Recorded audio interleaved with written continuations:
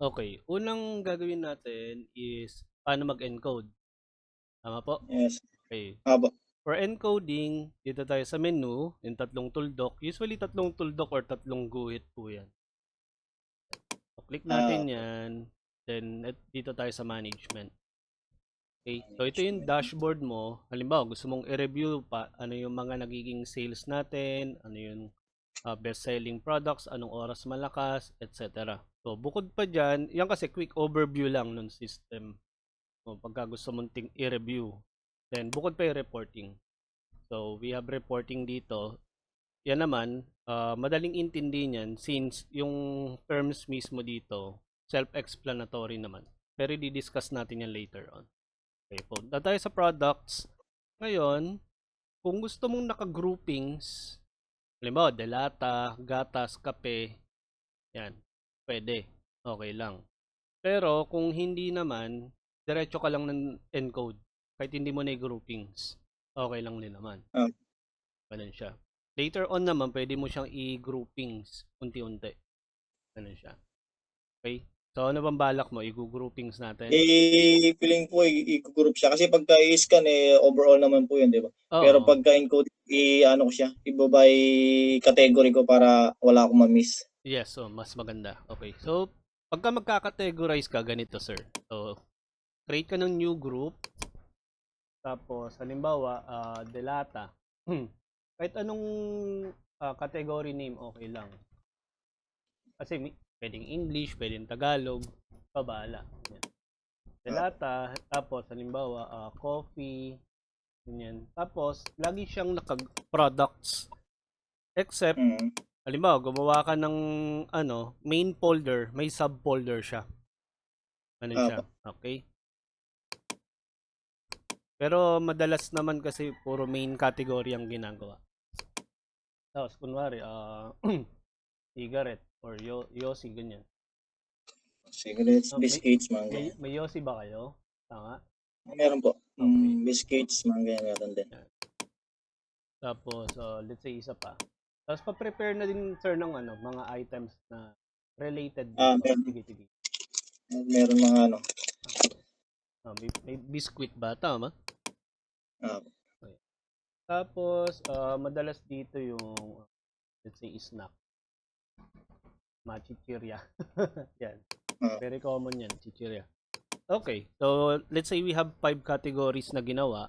Ngayon, pagka na-set mo na yung categories mo, pwede mo i-click mismo yung category kaagad. Then, dun ka mag-add ng product. ah, Ito siya. Para ano na siya, naka-groupings na siya kaagad pag in-encode mo. Unlike, pag halimbawa, dito ko clinic, tapos new product, wala siyang category. Dito siya. Pero pwede mong piliin. opo. Yan, okay? For example, delata sa so, ito na tayo sa name. Pwedeng shortcut, pwedeng buo. Pero nasa sa'yo yun.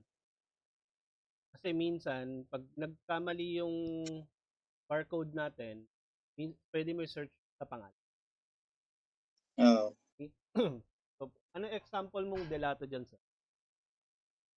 Delata. Hmm. Actually, wala ako sa bahay ngayon, sir. Wala sa bahay. Okay. Ano na lang, dito na lang. Let's say, ganito. Kunwari, Meron ako dito 555. mga biscuits. Sige, no problem. Kunwari, 555 sardine, green, all. Or kung gusto mo yung gram, kung ilang grams Ah, yung delata na maliit siya. Usually, ang Basta format, malinaw, malinaw yung description ng name. yes. Usually, ang format yan, pwede mong i-familiarize kung paano ka bumibili sa grocery, kung paano nila kinocode. Pwede ganun, o kaya buo. Usually, brand name, anong klaseng product, tapos kung anong description yan, green or red, tapos ano yung size. Spicy. Yes. Let's say small kasi merong malaki nito. Tama? Ano Opo. siya? Ngayon, sa code, pwedeng automatic na lang siya. Auto-generate. 1, 2, 3, 4, 5, 6. Automatic siya.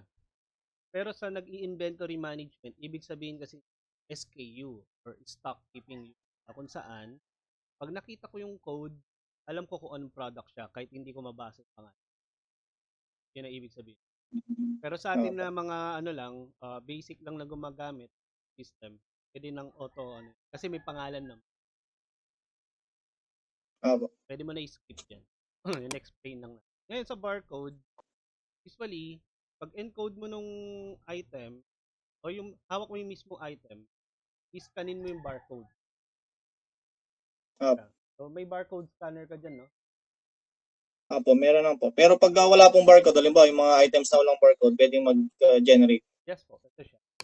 Click mo lang. Okay. Ngayon, pwede yan ipiprint sa one paper, tapos dun mo lang sila i-scan. Scan. Nakakita ka na nun, yung may one paper lang na ganon, tapos dun nila Sa counter na siniscan lang. Yes, ganun. Pwedeng ganun, sir. O kaya, pwede yan, gagamit ka label sticker, i-print yung barcode. Right? Ganun na. Pero since Saan nowadays, ba yung ipiprint, sir? Direct na ipiprint yung code. may ano dito, sir. Papakita ko sa Sige. So, sa unit of measurement, pwedeng lagyan, pwedeng hindi. Kasi minsan understood dito kung paano natin i-print. Say per piece, or per kilo, or per stick. Yung idea per stick. So, understood na siya kadalasan. Kung malagyan, lang. Kung hindi, okay lang. Hindi siya Paano po yung yung mga retail tsaka wholesale, sir? sa wholesale and retail, i-discuss natin, ma'am. Sige. Okay? Ayan. So, ano lang naman yan, unit of measurement. Tapos, dito naman, by default, okay na yan.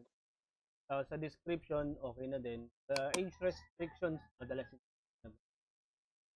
Okay. Then, punta tayo sa price and tax. Ngayon, sa cost, ito yung puhunan. Opo. Okay, puhunan, tapos yung benta. Tapos yung markup, auto-compute. For example, sa Delata, ang puhunan natin is 15 pesos.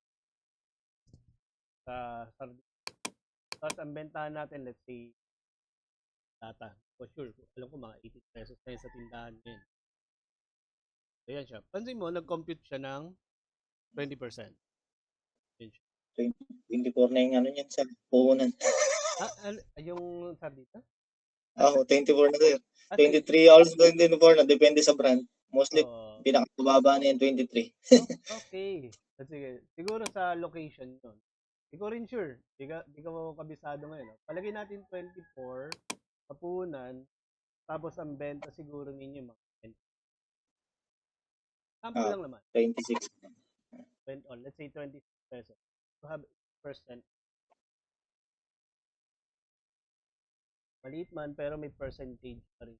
So, kalimbawa, kahit tubuan ko siya ng piece ng ng dalawang meron pa rin. Itubo pa rin. Let's say 20 pesos. Then ito, leave it blank. Tapos sa stocks control, okay, sa supplier, kung gusto mo i-encode lahat ng supplier mo, kasi paiba-iba, for example, sa product, no, pwede mong lagyan. O kaya kahit hindi na. Okay lang din naman. Kasi baka isa lang naman yung kinukunan mo.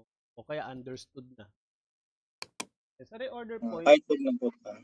reorder point, ibig sabihin, ito yung kung Indicator. parang critical quantity or warning quantity natin. Okay, 10 na lata, tapos tuwing o-order ako ng sardinas, ilang piraso sa preferred quantity. Okay, 20 na lang. Ngayon sa low stock warning naman, ito para nagno-notify yung system pag mababa na yung stock. Ang ginagawa ko dyan, sir, madalas, same siya ng reorder point. Pag low stock na tayo, magre-reorder. Diba? Kailangan ako magre-reorder kapag low stock. Yeah. Pero, pwede din siya magkaiba. Pwedeng mas mataas yung reorder point kasi, yung safety stock, kumbaga, kung tawagin. Tapos, yung low stock warning natin, ito yung critical quantity na. Halimbawa, mas mababa na. Talagang mauubos. Yun naman. Okay? Ah, Pero, nasa sa iyo pa rin yan, sir, kung anong gusto mong value. Okay? Pag ano yan, makakasanayan mo rin kung ano yung ibig sabihin. Okay? Then, ito natin, recap natin. Yung name, brand, klase, tapos kung ano yung size or description. Then, yung code, automatic na yan. Hayaan mo. Barcode, scanin siya. Okay? Scanin mo dun sa mismong lata, sa mismong item.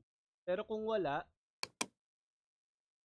click mo lang para magkaroon siya ng sariling barcode. I-try ko nga itong i-scan pero papasok. Type yung dito yung Sige lang. Sige lang. Okay, scan mo sir. Ganyan siya. Okay? Anong product yan sir? Ipat na lang natin. biscuit sir. Presto. Presto Choco. Presto, cream, Choco. coco, sa ganyan. Tapos kung anong size yan, baka kasi may yan, 30 grams. 30 grams. per, tama? Apo. 30 grams. Apo. Yan. Tapos in-scan mo yung barcode, di ba? Tama? Apo. Siyempre, lilipat ko siya ng category. Kasi tapos, ang bentahan niyan ay Per piece. Hindi ko kabig parang 10 yata sir. 10. Palagay natin ang puhunan niyan is set 10. 40% margin. Tapos, ganyan pa rin. Dito naman, sir, gawin mo, uniform lang muna. Pwede mo yun i-adjust later. 10, 20, 10, 10, 20, 10.